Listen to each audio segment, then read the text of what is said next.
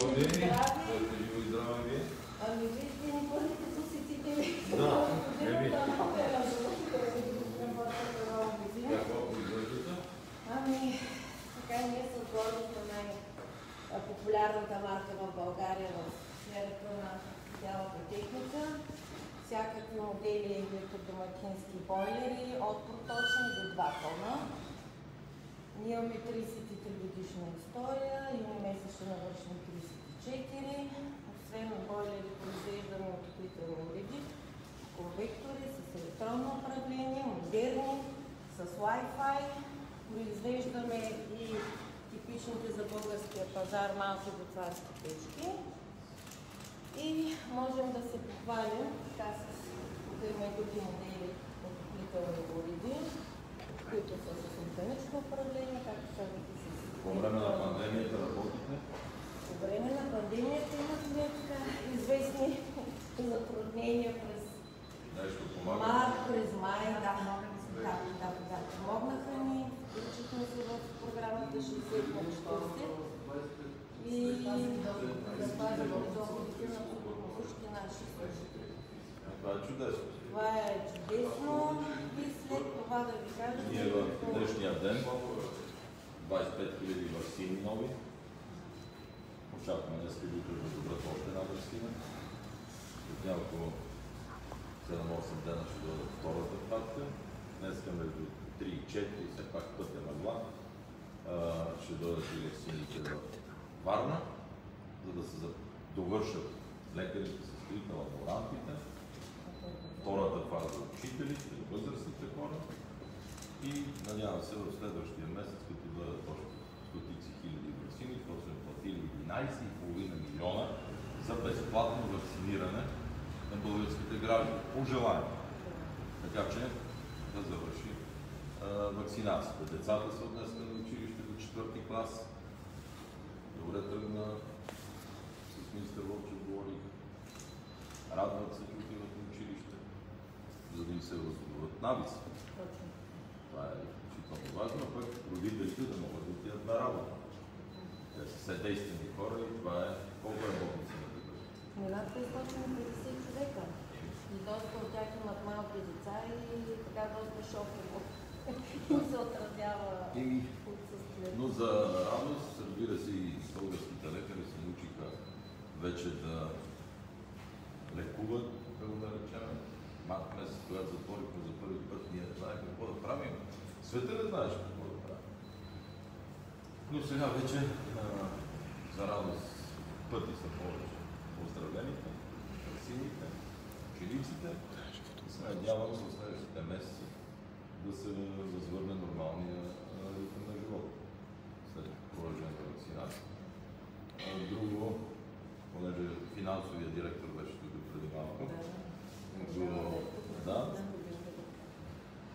завършихме годината и влизаме в новата година с най-ниския дефицит в Европейския съюз. Като предприятие сме с най-ниския дефицит и с най-ниския външен дълг в Европа. Добре ли е за финансите? Добър старт. Така че повече оптимизъм, вакциниране и аз съм убеден, че ще излезем от ситуация. Тук във Варна сме запазили 10 000 работни места от 60/40 и 22 милиона лева са платени. И това е едно от предприятията, в които са запазили хората, са запазили са доходите и не само това, но имат и нови дори производства и нови поточни линии, които са направили. Да видим, ако програмите участваха ли да закупите машини?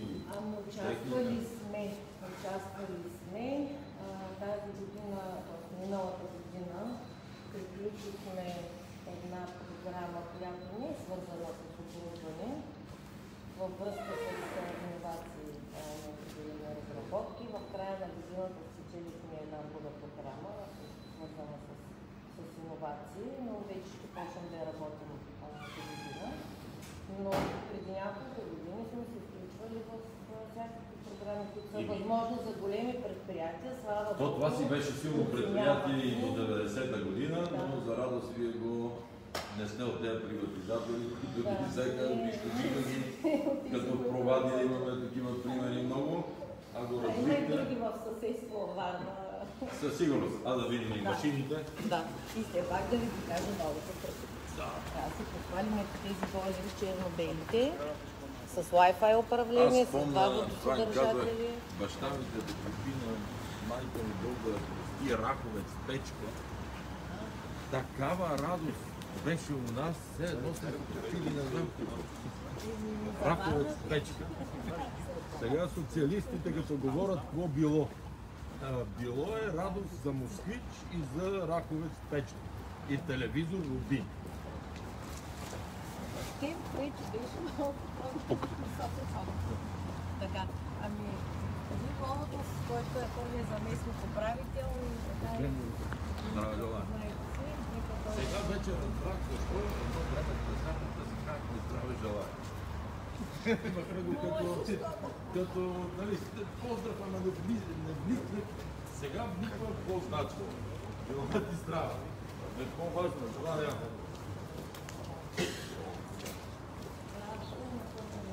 Между другото, хем се строи сега минах. А това е страшно важно за такива производства, защото ви имат огромен износ. Имаме износ, имаме постоянно... Ама тя се вижда вече, тя се опира на мостовете, един мост ми остава там. Сега ще им се кара малко. Ами, с сроковете, които ни казвате, очакваме с нетърпение този момент. До Търговище ще стане сега, за тези месеци. От другата страна, от Плаза към Ловеч Плевен, е изровена огромна част. Мостовете на Толкова са направени и гледат. Това е много тежка работа. Ами има напред, защото ние вчера... И от двата лота започнахме от Търново към София и към Варна, и от Търговище към Търново. Така че навсякъде се работи и ще ги събереме сега. Това е фантастично. За Варна това е... Обещал съм им на варненци Хемус и мога да кажа, че се строи на макс. Те като минават я виждат. Да. Нали сега като минавате виждате на столите. А и преасфалтирахме огромната част от старата. Мантинели, мостове, ремонти.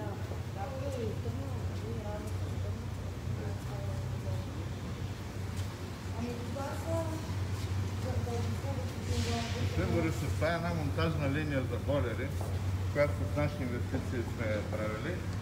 Това е с много висока производителност и с много висока автоматизация.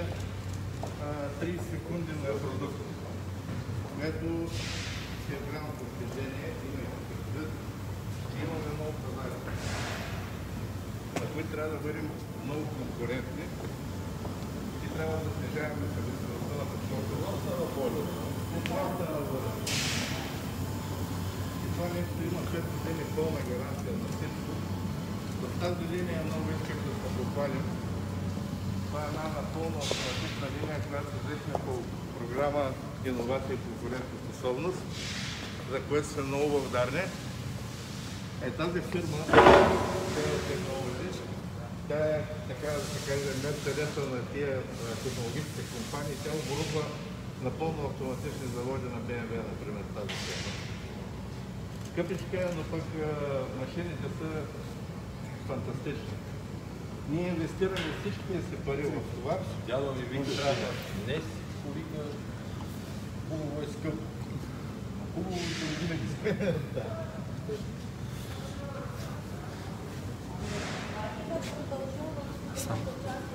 Това е един участък, там се правят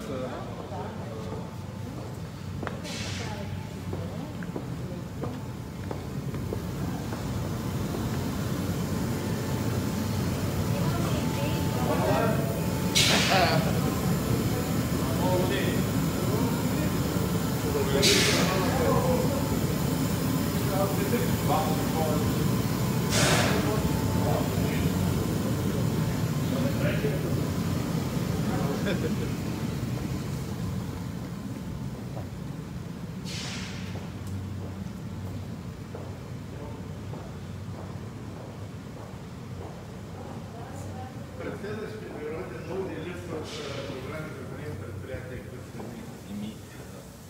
Те и помощите са се за микро, малки, средни. Да, а ние големите всички работодатели. Плюс ние сме ние работодатели, които даваме хляб на много хора. На много повече хора. Несравнимо повече. Европейските фондове за големите да бъдат. Нали така? Не да го правим. На следващия съвет можем да говорим там с колегите, да го може това. Ще ви бъдем изключително благодарни в тази политика на Съюза. Защото сега и големите транспортни фирми не можем да ги подпомагаме. Нали, малките и средните ги подпомагаме, големите не можем. Голямо си това като при децата. Голямото си е голямо. Не да сме малкото да направим с каквото е необходимо. Това е автоматична линия, която слагате тази спомагана лот, пуска се програма и той го прави на много скоростайница с цикъл 30 секунди напълно автоматично и програмирано. И въпреки всичко имате над 500 служители. Да, защото сме доста големи, не трябва да водят киловата.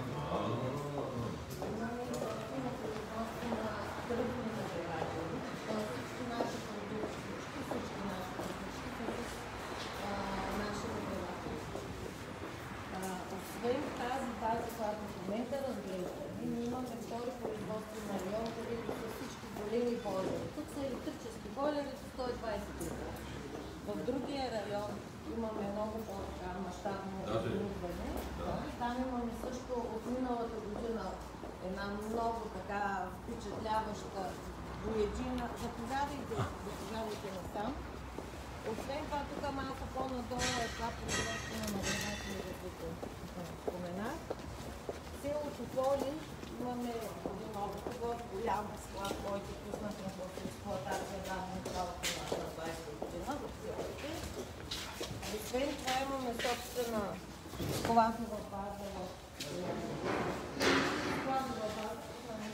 София, така че за търговците. Добър ден, за много години и живи здрави. Имате добри гости. Да. Майсторите работят. Да.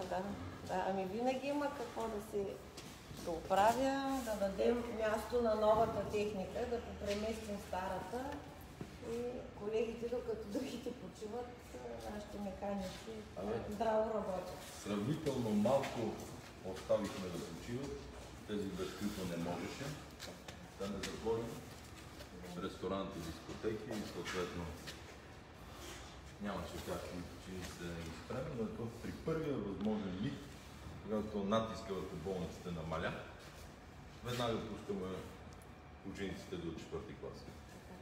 И така че наблюдаваме ден за ден как се движи пандемията. И дай Боже да преодолеем. Да сте живи и здрави, успешна година, Игнаци. Да. Тази инвестиция извършихме миналата година на голямата криза. Аз все пак да се похваля. Да. Да го кажа изключително модерна линия за производство на показатели. Аз даже тук във Варна една от местните журналистки Даниела се обади и вика, ние журналистите, които сме на първа линия, няма ли ваксина за нас? Викам, чакайте, ще дойде сигурно този е въпрос на дневен ред. Ами ние ви каним да заповядате отново, даже след няколко дни, защото сега да започваме така на 100% нали, да работим, тъй като в момента сме малко на филмотеризация, за да видите наистина колко са впечатляващи. Благодаря ти. Много ви благодаря. Благодаря. Името. Благодаря и на вас. Много успех. Желая здраве. И съвместно хората, бизнеса, държавата, война, пандемия, цял свят е така. И виждате мерките в другите държави писани. Нали следите? В нашите съседи до 4-11 не могат да излизат от къщи. От къщи не могат да излизат. Не да работят, не да се движат. Ами как ние да работим по-добре? Някой ще ми обясни. За това? това Да се пробие на някой бойлер и няма толкова вода, някой трябва да дойде да го произведе. ще видиш, ще минат месеци, дай Боже, всичко е успешно и ще се окаже, че България най-правилно управлява финансите, икономиката и здравните мерки по време на криза. И да ви кажа лично... Вие на Нова година усетихте ли някаква забрана за нещо? Не. Изкарахме нормално, с приятели се събрахме, трябва, повеселихме се. Ето, и хората доволни. Ама в нашите съседи, които обичаме да се сравняваме, това не е възможно. И да ви кажа в личен план, аз така съм много благодарна за това, че вие не забранихте да работят църквите, така лично. Въпреки многото приказки, които се изговориха, нали аз така като вярваш човек да ви кажа, съм много Словакия благодарна. ги затвориха на много места. Ами включително и в Гърция ги бяха. Тук дедо Йоан Да, е готова катедралата. да. Пуснахме средства и за старата, покрили всичко за да направи както трябва, а новата чакаме само да отмине пандемията, да може да събере много хора да Йоан. Владислав, Свети Петровенски, последните 500 хиляди бяха да се довършат даже да Йоан беше в София, така че още веднъж поздрави на семейството. Здраве!